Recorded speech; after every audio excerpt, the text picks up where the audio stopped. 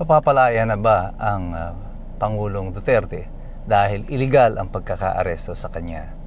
Sa kasalukuyan po, as we speak, ay nakaharap ang ating presidente sa pre-trial chamber ng ICC at sigurado akong ang kanyang mga abogado, kasama po si former Executive Secretary Mejaldea, ay igigiit na ang ilegalidad na ito ay posibleng dahilan upang mapawalang bisa ang demanda laban sa kanya, siya ay palayain na o di kaya mapagbigyan siya ng interim release. Pero sa katotohanan po, never pa pong nagbigay ng interim release ang ICC for those charged under Article 5 of the Rome Statute. Kasama po dyan ang crimes against humanity. So the chances are very slim. Pero pwede pa rin po tayong manalangin at umasa na mapagbigyan ng ating dating Pangulo na siya ay mapalaya temporarily. Sa katotohanan po, dito sa ICC ay mayroon na pong 11 convictions made. 4 pa lamang po ang na-acquit.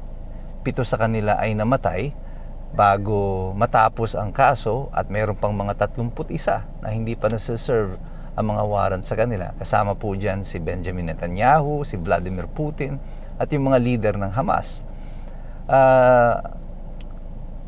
Ang chances po talaga nito ay medyo mababa, na makauwi pa ang ating Pangulo. At iyan ang malungkot na storya nito. Baka yung pag-alis niya sa Villamor Air Base, ang kahuli-hulihang oras na siya ay tatapak sa Pilipinas nang siya ay buhay pa. Siya po ay mag-80 anyos na. Ang trial po sa Hague ay tumatagal po ng 3 hanggang 7 taon. Hindi po natin alam kung kakayanin pa ng ating Pangulong mabuhay ng ganyan katagal. Ang tanong na lang ng marami, bakit minamadali? Sinong makikinabang sa pagkakaaresto na madalian sa ating presidente? Sa sitwasyon natin sa Pilipinas, madali pong sabihin yan kung sino makikinabang dito. Panahon ng halalan, sila ay nasa oposisyon. So definitely, the usual suspect there is the administration.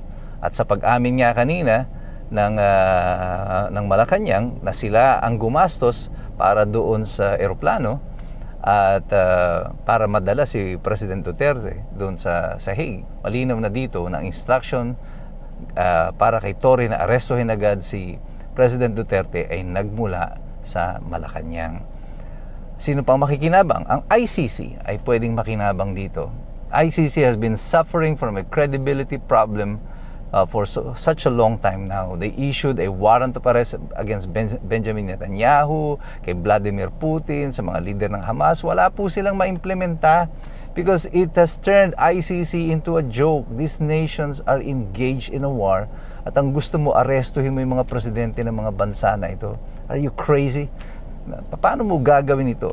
So walang sumusunod sa kanila, hindi nila maimplementa, and they needed Rodrigo Duterte to give them some semblance of credibility upang pakinggan naman sila ng iba pang mga bansa. And this has turned ICC into more of a joke. As a matter of fact, si President Trump has issued an executive order banning yung prosecutor of the ICC from ever coming to the United States at pinoprohibit ang lahat ng members of the executive department and offices of the United States government to extend any assistance to them. But we should continue to pray that something good will come out of this, that God's will finally happen, anuman o gaano man kasama ang sitwasyon na ito sa ating bansa sa kasalukuyan. The only question here is, will Digong be Ferdinand Bongbong Marcos's Ninoy Aquino to his father? That is a question that only history will answer in a couple of days or months or years. Patuloy po tayong manalangin para sa ating bansang Pilipinas. God bless the Philippines. God bless all of us. Mabuhay ang Republika.